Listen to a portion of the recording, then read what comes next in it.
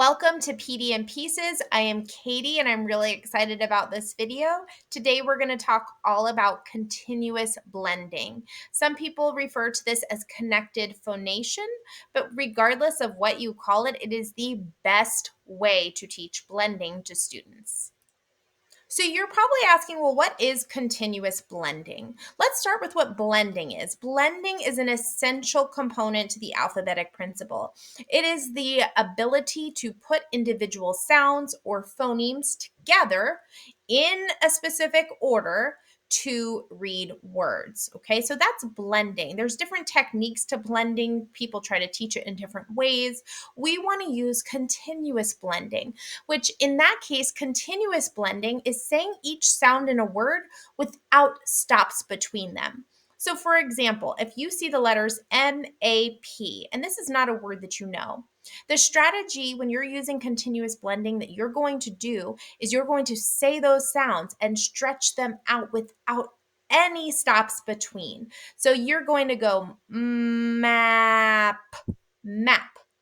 That's continuous blending, and that's what we want to teach our students.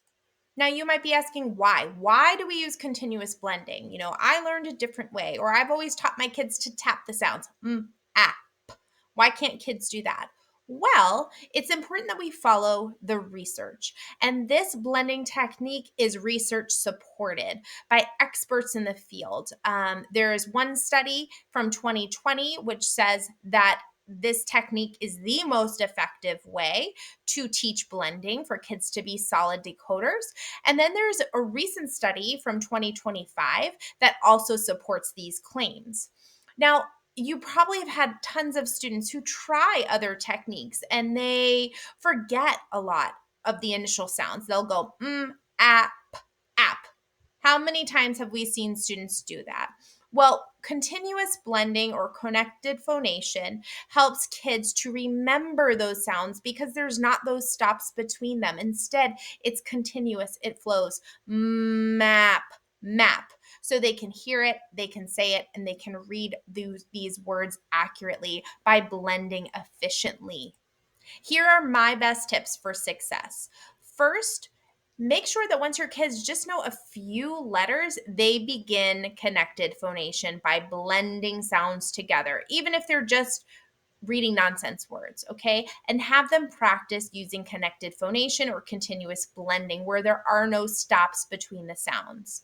If kids are struggling with CVC words, back them up. Start them with two phoneme words that follow the vowel consonant patterns. Words like at or in, or like I said, even nonsense words. You might put the letters I and P up on the board and then have the kids read ip, ip.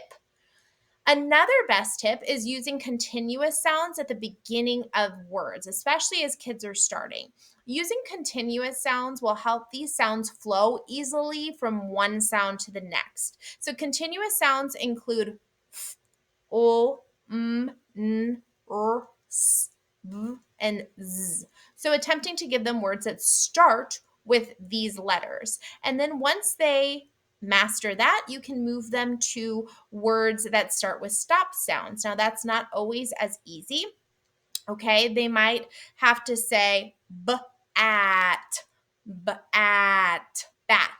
right? The b doesn't flow quite as easily because it's a stop sound, but continue to reinforce continuous blending even with stop sounds.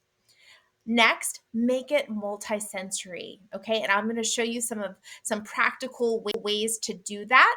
Here they are. The ideas would be using blending boards, using rubber bands where kids can literally stretch those sounds as they say them. Matchbox cars with Elkonin boxes is really helpful. You don't want the car to slow down and stop, so you want it to continue. You can use a stretchy snake like you see here in the bottom right corner where kids are stretching those sounds together. Slinkies where they're pulling them apart as they stretch the sound. Even exercise bands. We have some students who just need to get up and move. This is a great way for them to stretch those sounds. And then using targeted resources. So for example, the blending sheets that I have, which you see the green, the yellow, and the red, but there's lines between those. Why are their lines. Well, we don't want kids to stop on each sound. It's not going at. Instead, we want them to visually see how we carry the sounds from the beginning to the end of the word, and we continually stretch them. So thank you so much for joining me today. I hope that you start implementing this strategy, this research-based strategy with your students to help them be successful as they learn to blend sounds and read words. Thanks so much.